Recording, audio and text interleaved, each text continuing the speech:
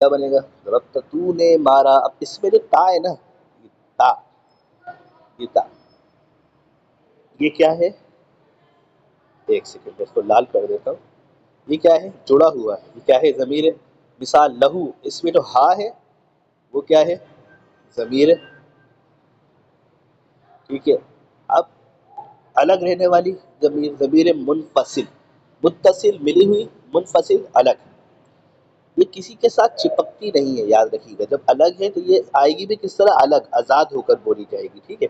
مثال کے طور پہ ہوا انا، ہوا انا، انا نحن. ہوا ضمیر ہے. ٹھیک ہے. آگے چلتے ہیں.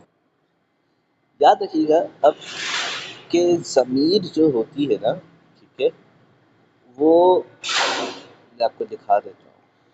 جو ضمیر متصل ہے اس کی قسمیں کیا ہوتی ہیں؟ ایک کہلاتی ہے مرفوع متصل. ٹھیک ہے، یعنی کام کرنے والی ضمیر. ٹھیک ہے، یہ ضمیر بتاتی ہے کہ کام کس نے کیا. ٹھیک ہے، یعنی فائل کے بارے میں بتاتی ہے. ٹھیک ہے. اب مثال کے طور پر ضربت. اب اس میں ضربت میں نے مارا، اس میں آخر کا جو تا ہے نا، یہ بتا رہا ہے کہ مارنے والا میں ہوں. ٹھیک ہے. مثال ضربنا، ہم نے مارا. اب اس میں جو نا ہے یہ بتا رہا ہے. ٹھیک ہے. جس پر کام ہوا، ٹھیک ہے، یہ کیا ہوتی ہے؟ منصوب متصل. ٹھیک ہے. جس پر کام ہو رہا ہے وہ کیا ہوتی ہے؟ ضمیر منصوب متصل. یہ ضمیر بتاتی ہے کہ کام کس پر ہوا ہے، یعنی اس کا مفعول یا ان کے ساتھ لگتی ہے. ٹھیک ہے. مفعول کون ہے؟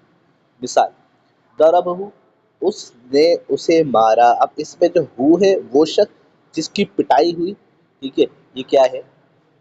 ضمیر مرفوع، ضمیر منصوب متصل.